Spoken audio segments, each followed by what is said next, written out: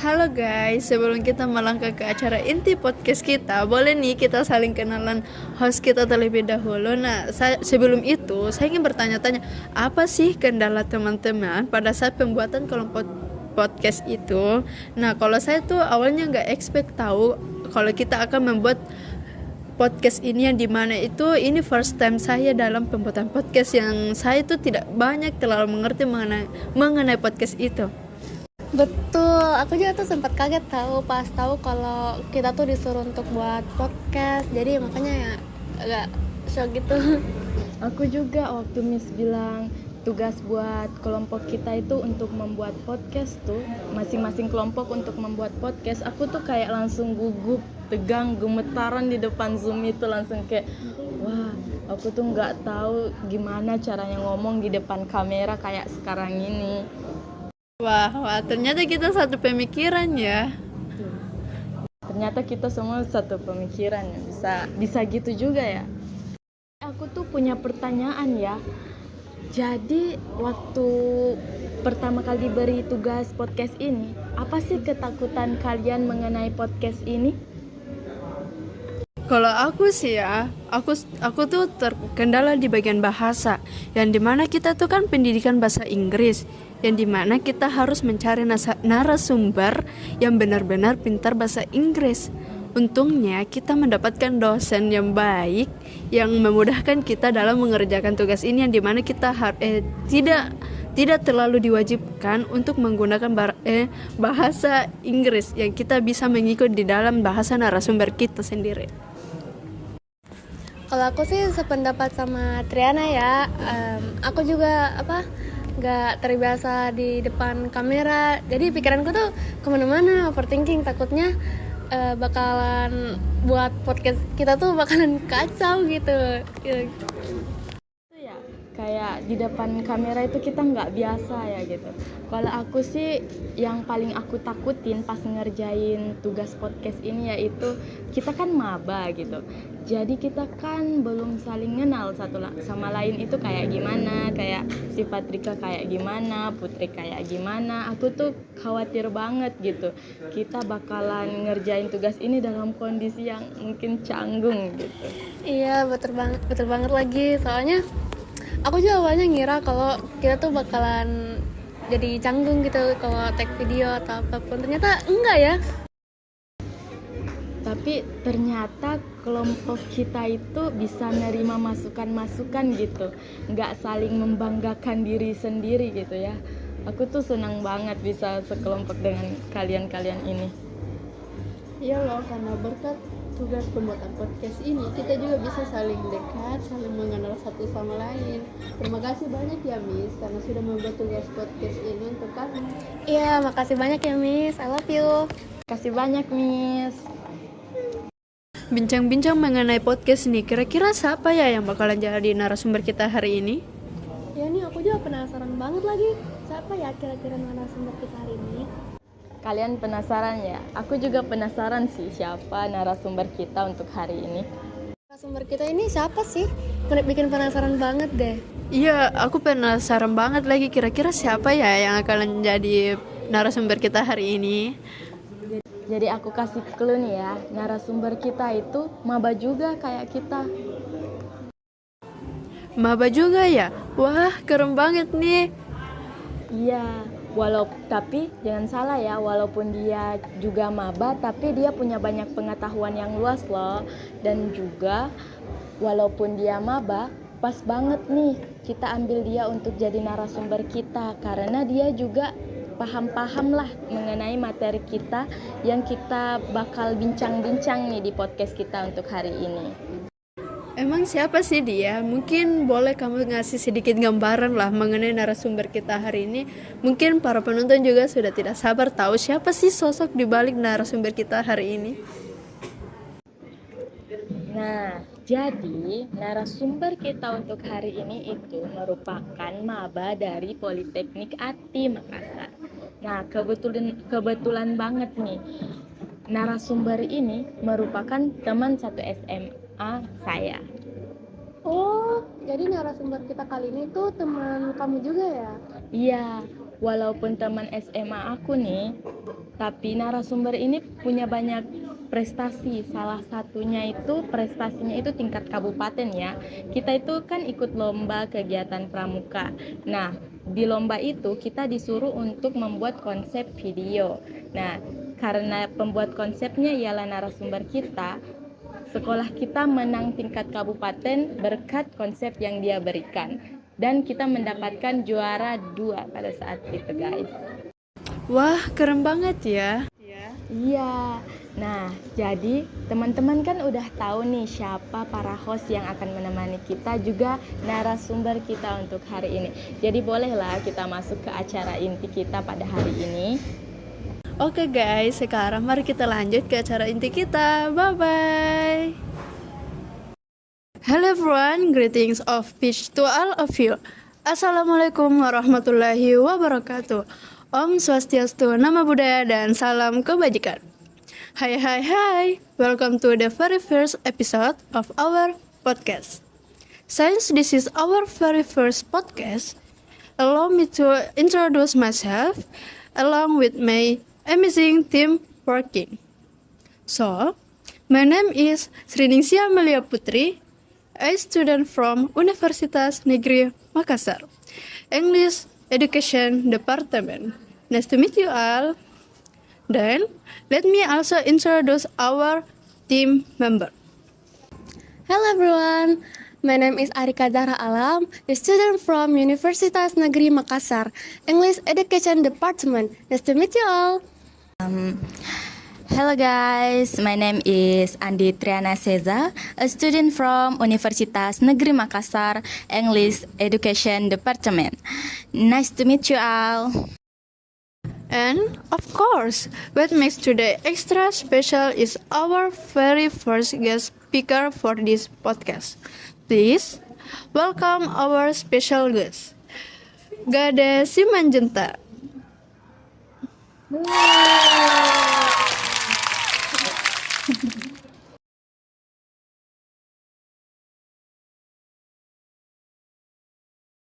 Oke baik, sekarang kita langsung aja ya kepada narasumber kita. Boleh nih perkenalkan dirinya terlebih dahulu. Oke, halo teman-teman. Perkenalkan, nama saya Gabe Simajuntak. Saya dari Politeknik ATI Makassar, jurusan Teknik Industri Agro di sini. Wow, that's great. BTW, sekarang kan kamu lagi maba nih. Boleh nih ceritain apa kesibukan kamu sekarang? Di sini, jadi teman-teman, kesibukan saya selama menjadi maba di Politeknik ATI Makassar, saya hanya mencoba mendekatkan diri di lingkungan sekolah, universitas atau politeknik di sini. Lalu di sini kita juga belajar sama mengerjakan tugas karena masih baru-baru. Wow, hebat banget ya. It must be challenging but also exciting at the same time. Oke teman-teman, seru banget ya kita udah kenalan bareng tim dan narasumber kita hari ini. Nah, buat kalian di rumah, kalian sudah tahu kan siapa yang menemenin kalian pada hari ini? So, let's get into our very first topic in this podcast, pendidikan sebagai alat transformasi sosial, because this topic sounds really ambitious. Let me start with a quick question. Pendidikan bisa membuat masyarakat adil, iya atau enggak? Iya, itu benar sekali. Pendidikan tentu saja bisa membuat masyarakat menjadi adil di sini. Akan tetapi ada syarat-syaratnya. Itu hanya bisa terwujud jika ia tidak berhenti pada sekadar memberikan hafalan pada siswa. Melainkan, pendidikan juga harus menjadi proses pembangunan karakter, seperti kata Ahmad Rifai yang memberikan metode pendidikan karakter yang mengacu pada konsep 4M.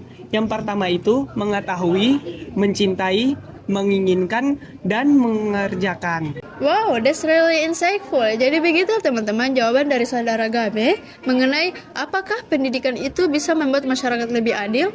Interesting banget kan jawabannya? So, let's dig deeper into today's topic. Pendidikan sebagai alat transformasi sosial dari perspektif filsafat ilmu. Alright teman-teman, kalau tadi kita udah bahas secara umum tentang education as a tool for social transformation. Nah, sekarang aku pengen tanya lebih spesifik. Banyak orang-orang itu melihat pendidikan itu hanya sebatas sekolah, ujian, dan memorization. Padahal, kalau kita lihat lebih dari perspektif filsafat ilmu, pendidikan itu juga mempunyai peran yang jauh lebih besar. Nah, so my question is, menurut kamu, apa sebenarnya peran pendidikan dalam merubah struktur sosial dan nilai? Iya, benar. Pendidikan dalam filsafat ilmu itu sangat besar dan luas jangkauannya di sini, teman-teman. Dalam perspektif ilmu filsafat ilmu, pendidikan memiliki fungsi untuk membangun manusia seutuhnya yang tidak hanya cerdas secara intelektual, tetapi juga memiliki moralitas dan spiritual yang kuat. Lalu, pendidikan itu bukan hanya sekadar transfer pengetahuan di sini, teman-teman, melainkan pendidikan adalah proses pembentukan kesadaran sosial. Paul Freire menyebutkan bahwa kesadaran kritis yang artinya melalui pendidikan orang bisa sadar akan keadilan sosial di sini, lalu bertindak untuk mengubahnya. Kalau pendidikan hanya sebatas hafalan, hasilnya pasti melahirkan manusia yang pintar secara intelektual, tetapi miskin akan empati di sini, teman-teman. Itu berbahaya. Jadi pendidikan harus menyentuh ranah moral di sini, seperti spiritual dan sosial, agar generasi menjadi generasi yang peduli akan pada keadilan. Wow, that's really powerful explanation. Jadi kalau begitu, pendidikan itu bukan cuma soal akademis aja ya? Aku penasaran deh. Does education also have political power? Ya, tepat sekali, teman-teman. Jadi sejarah Indonesia, misalnya banyak gerakan kebangsaan lain dari kaum terdidik. Pendidikan membuka ruang untuk mobilitas sosial dan perubahan nilai di sini. Itulah kenapa pendidikan sering disebut sebagai agen perubahan sosial. Dan tentunya sebagai agen perubahan, pendidikan dapat memfasilitasi masyarakat dalam memahami perubahan sosial yang cepat sekaligus membangun kemampuan untuk memanfaatkan perkembangan teknologi dan ilmu pengetahuan secara positif. Oke, that's very interesting. Kalau tadi kita bicara soal konsep dasar, sekarang let's move to something more concrete. What kind of values do you think must be integrated in the curriculum agar pendidikan bisa benar-benar jadi alat transformasi? Ya teman-teman, setidaknya ada 4 hal utama di sini. Yang pertama itu, pendidikan harus melatih kepekaan sosial sehingga peserta didik tidak cuek terhadap ketidakadilan di sekitar mereka. Dan yang kedua di sini teman-teman ada literasi sains. Jadi generasi kita nggak cukup hanya teori seperti itu, tetapi harus bisa menggunakan sains untuk memecahkan masalahnya. Hal ini menjadikan penting dalam penghadapan tentang global seperti krisis energi, perubahan iklim, serta masyarakat dan ketahanan pangan. Yang ketiga itu ada demokrasi di sini. Pendidikan perlu menanamkan nilai toleransi, partisipasi, dan penghargaan terhadap hak asasi manusia. Masyarakat demokratis hanya mungkin lahir dari warganya yang terdidik. Yang keempat dan yang terakhir itu ada pembelajaran sepanjang hayat. Pendidikan harus relevan dengan 4 pilar pelajar, yaitu yang pertama itu learning to be know, yang kedua learning to be do, dan yang ketiga learning to be live together, dan yang terakhir itu atau yang keempat learning to be. Wow, Wow, that's a great framework. Nah, can you give us a real life example? Maybe a school project yang berhasil menjadi agen perubahan di komunitas dan punya dampak nyata. Oke teman-teman, di sini ada beberapa contoh juga yang menarik dari sebuah sekolah menengah di Jawa Timur di sini. Mereka memasukkan praktik pertanian sebagai kurikulum dengan pendekatan hidroponik di greenhouse pesantren di sini, di greenhouse pesantren. Kegiatan ini dilakukan bersama Polsek dan Dinas Pertanian. Jadi sebenarnya di Indonesia sudah ada ya kegiatan kurikulum yang membuat kehidupannya menjadi lebih realistis, nyata gitu. Tempatnya itu di Jawa Timur ya. Itu ada polsek dan dari masyarakat pertanian juga untuk ikut nimbrung ya, gitu. Iya. Jadi dampaknya di sini teman-teman, mereka menjadi memiliki pengalaman pertanian yang nyata dan rutin di sekolah mereka. Oke teman-teman, di sini juga ada beberapa contoh lain juga, seperti yaitu program literasi digital untuk ibu-ibu rumah tangga di desa. Jadi ini mereka mengajarkan warga cara menggunakan platform digital untuk meningkatkan kemampuan literasi digital dan penggunaan aplikasi pembelajaran berbasis Android di sini. Wah, ternyata ada program-program seperti itu juga ya. Para siswa mengajar para ibu-ibu. Wah, itu bagus banget itu. Memangnya apa sih yang dampaknya itu kalau siswa mengajarkan ibu-ibu untuk melakukan untuk platform digital gitu? Oke, jadi di sini dampak kepada mereka itu, mereka bisa belajar dengan cara yang lain dan menyenangkan di sini. Dampaknya itu seperti mereka bisa berliterasi, sudah bisa memanfaatkan jaringan Android begitu. Bagus banget ya. Iya. Wow, that's amazing. Jadi, sekolah itu ternyata bisa menjadi motor perubahan sosial, bukan cuma tempat belajar formal saja ya. Iya, betul sekali teman-teman di sini. Kalau kurikulum diarahkan pada pembacaan masalah yang nyata, pendidikan bisa benar-benar menjadi agen transformasi sosial di sini. Tapi, of course, in reality it's not as easy as the theory, right? Menurut Gabe, what are the biggest challenges yang dihadapi pendidikan kita sekarang untuk benar-benar jadi alat transformasi sosial? Iya, banyak sekali tantangannya teman-teman di sini. Yang pertama itu ketimpangan akses di sini. Anak-anak di kota punya fasilitas yang lebih lengkap, sementara anak-anak yang di desa itu banyak kesulitan dan akses internet yang sangat sulit di sini. Gedung sekolah yang layak atau banyak jalan yang sulit dilalui.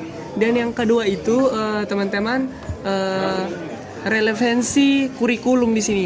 Kurikulum kita sering terlalu textbox, kurang relevan dengan kebutuhan zaman. Jadi akibatnya banyak lulusan pintar secara teori, akan tetapi bingung saat praktek di sini. Yang ketiga itu ada kapasitas guru.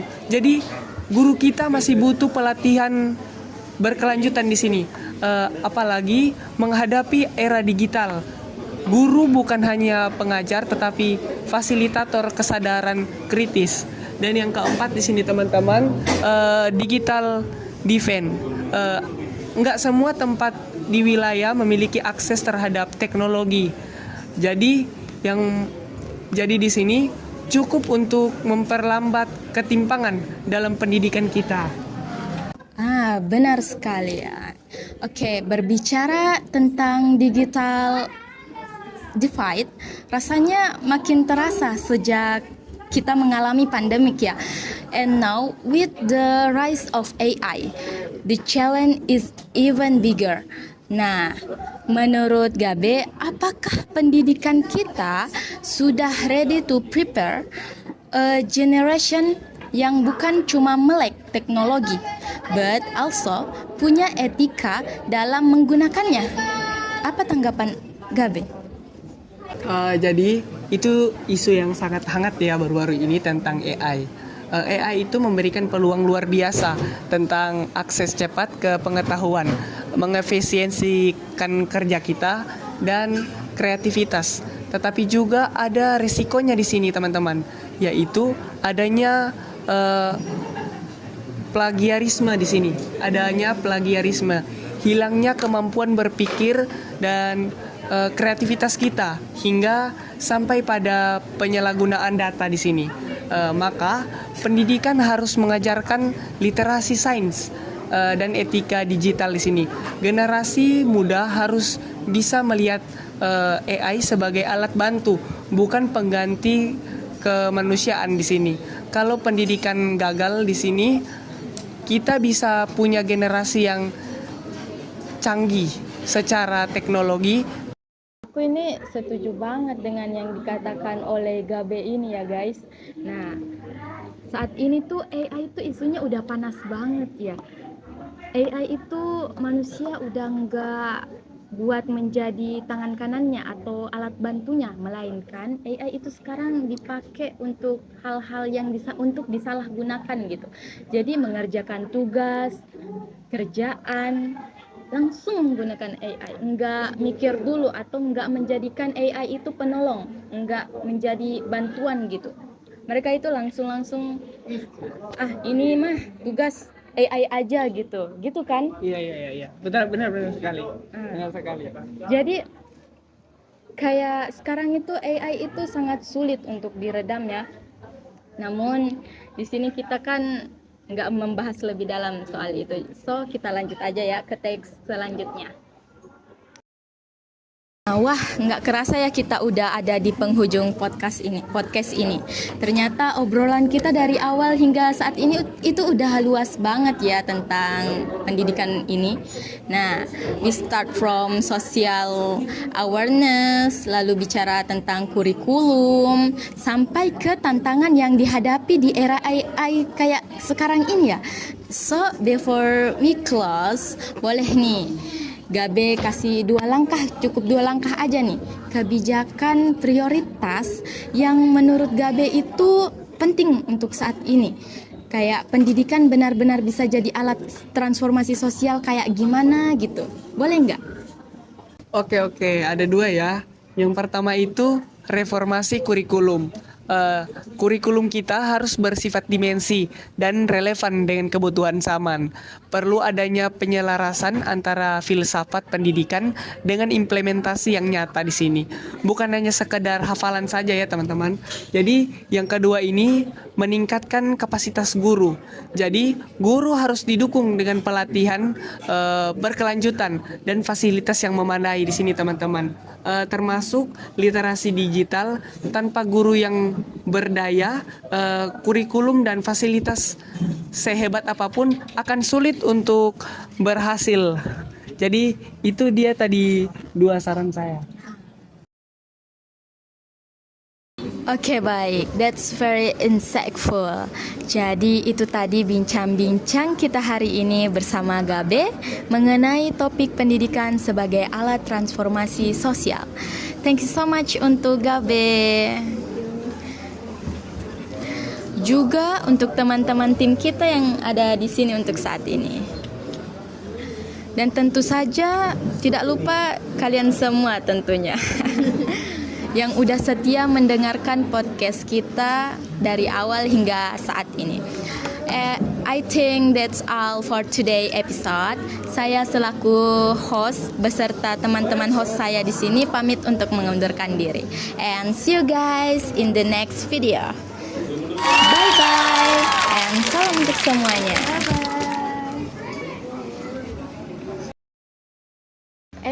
Jangan pergi dulu guys. Kita masih di sini buat nemenin kalian. Nah, kita di sini bakalan ngerangkumin podcast yang tadi kita lalui bersama narasumber kita. Nah, jadi kita akan ngejabarin nih, ngerangkumin poin-poin yang tadi dikatakan oleh narasumber kita. Nah, betul itu teman-teman. Kita langsung saja ya dari poin pertama, yaitu peran pendidikan dalam merubah struktur dan nilai sosial. Nah, yang dapat saya rangkum dari poin pertama yaitu pendidikan bukan hanya sekedar mentransfer pengetahuan, tetapi dapat membentuk kesadaran sosial. Nah, jadi gini teman-teman, pendidikan itu bukan hanya serta-merta guru datang memberikan tugas, materi dan keluar. Enggak begitu ya teman-teman. Akan tetapi, pendidikan itu juga dapat membentuk kesadaran sosial. Nah, yang kedua, menurut Paulo Freire, pendidikan itu juga dapat melahirkan kesadaran kritis akan ketidakadilan yang dapat mereka merubahnya. Nah, yang ketiga, pendidikan itu harus mempunyai aspek spiritual, moral, dan sosial, bukan hanya intelektual. Dan yang terakhir, pendidikan itu juga mempunyai kekuatan politik yang dimana pada kaum sejarah Indonesia, kaum terdidik itu dapat mengubah gerakan perubahan. Nah, poin kedua yang aku dapat tadi yaitu nilai apa aja sih yang harus diintegrasikan dalam kurikulum. Nah, inti aku dapetin tadi dari bicara bareng Gabe yaitu yang pertama adalah empati. Jadi ini tuh dapat melatih kepekaan sosial agar tidak cuek terhadap ketidakadilan. Yang kedua adalah literasi sains. Nah, generasi kita tuh tadi mampu menghubungkan ilmu dengan teknologi dan inovasi untuk memecahkan masalah global. Dan yang ketiga adalah demokrasi. Nah, demokrasi menanamkan toleransi, partisipasi, dan penghormatan HAM pastinya penting kan untuk sekarang. Lalu yang terakhir adalah pembelajaran sepanjang hayat atau lifelong learning yang berlandaskan 4 pilar UNESCO. Learning to know, to do, to live together, and to be. Nah, tadi narasumber kita kan juga ngasih contoh nyata nih, seperti praktik hidroponik di sekolah dan program literasi digital bagi ibu rumah. Nah, selanjutnya yaitu tantangan pendidikan. Nah, poin ini aku nangkap beberapa hal nih. Yang pertama yaitu ketimpangan akses. Nah, masih banyak perbedaan fasilitas yang berada di kota dan pedesaan. Nah, yang kedua yaitu relevansi kurikulum. Kurikulum kita itu masih terlalu textbooks dan kurang sesuai dengan kebutuhan pada zaman kita ini. Nah, yang ketiga yaitu kapasitas guru. Guru kita itu masih butuh banyak pelatihan berkelanjutan agar menjadi fasilitator kesadaran kritis, bukan sekedar hanya pengajar saja. Nah, lalu yang keempat yaitu digital divide.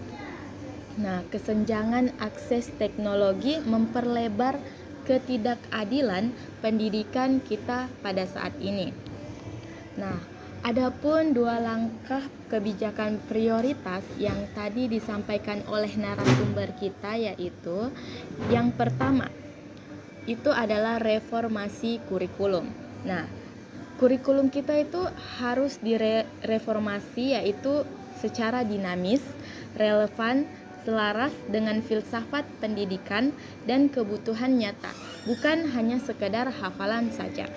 Lalu yang kedua yaitu peningkatan kapasitas guru. Nah, kita harus meningkatkan kapasitas guru kita, yaitu dengan melakukan pelatihan secara berkelanjutan, fasilitas yang memadai, literasi digital. Guru yang berdaya merupakan kunci keberhasilan dari pendidikan. Halo everyone, perkenalkan nama saya Ibnu Al-Kahfi dari Pendidikan Bahasa Inggris Universitas Negeri Makassar. Saya sebagai kameramen dalam tugas ini. Oke guys, mungkin hanya itu dari kelompok kami. Kami mohon maaf apabila ada salah kata dan salah perbuatan. Jika ada kesalahan itu datangnya diri kami, dan saya akhiri dengan ucapan nun wal qalami wa ma yasturun. Wassalamualaikum warahmatullahi wabarakatuh. Bye bye.